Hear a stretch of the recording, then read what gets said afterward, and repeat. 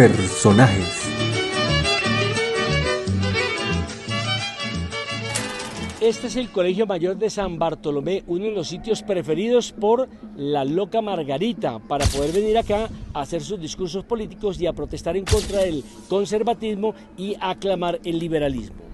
Además, la loca Margarita tenía un gran amigo, un aliado en sus tertulias políticas, que era el Negro Chivas, un chocuano que había llegado aquí a la capital de la República a estudiar Derecho en la Universidad Libre. ¡Hola! Me divierto mucho en Bogotá.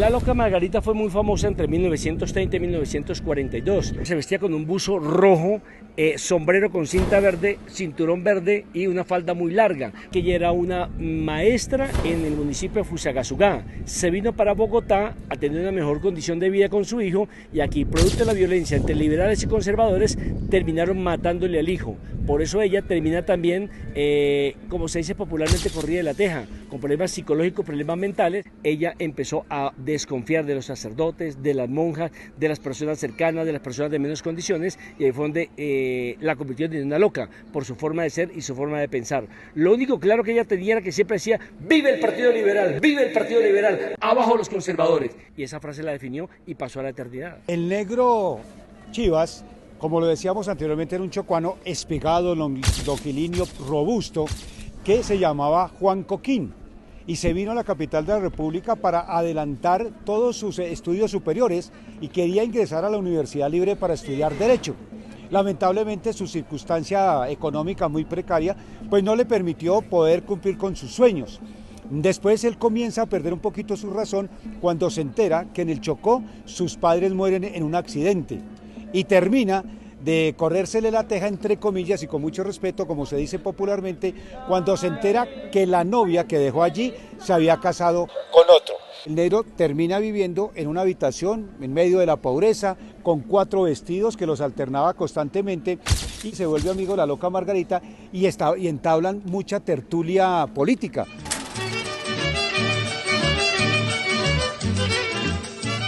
Y permanecía aquí mucho espacio en la Plaza de Bolívar mirando hacia el horizonte, como tratando de evocar a su terruño, como mirando si en alguna oportunidad podía volver a su Chocó querido. ¡Vamos, vamos! El loco del tranvía.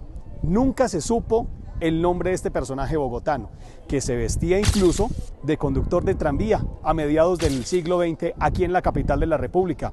Pero ¿quién era el bobo del tranvía? Era un hombre que acompañaba a su hermana a tomar el tranvía, que era el transporte más importante y el predominante en esa época para moverse entre sitios en la capital de la República. Ahora bien, su hermana nunca permitía que él se le acercara, siempre iba detrás del tranvía. Era una de las historias jocosas de este hombre, pero terminó él metiéndose tanto en su película de ser un conductor de tranvía, de ser una compañía para las personas de tranvía, que terminó intercambiando conceptos políticos, sociales, urbanos, judiciales, y terminó involucrándose con gente de la medicina, de la educación y de muchos otros sectores de la sociedad bogotana en ese momento.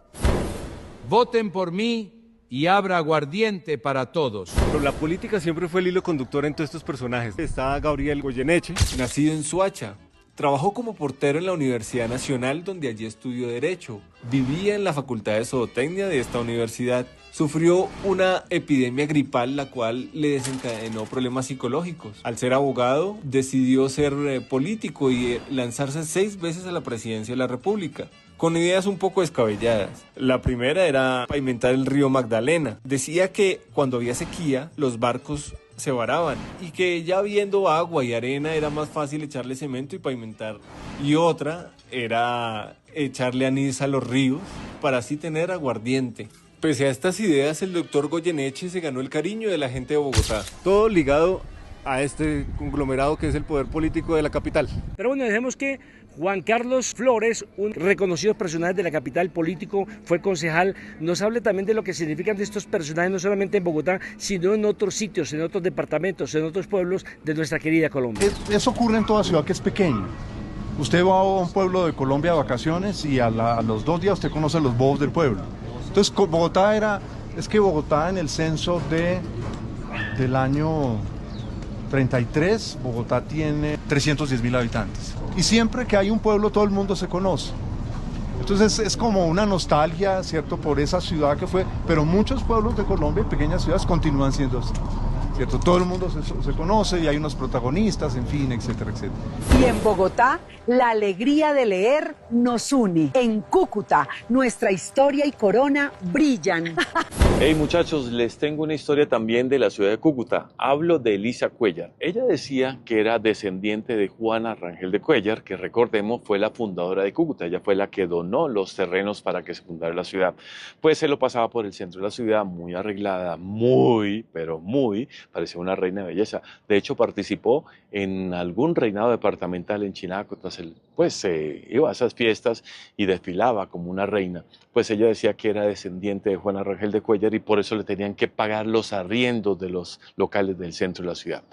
Elisa Cuellar también es otro de los personajes en Colombia que hacen grande nuestra cultura en el país. Un abrazo muchachos y ya saben, personajes como estos hay en cada rincón del país.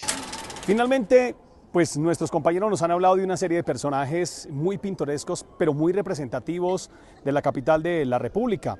¿Qué nos hace entender esto?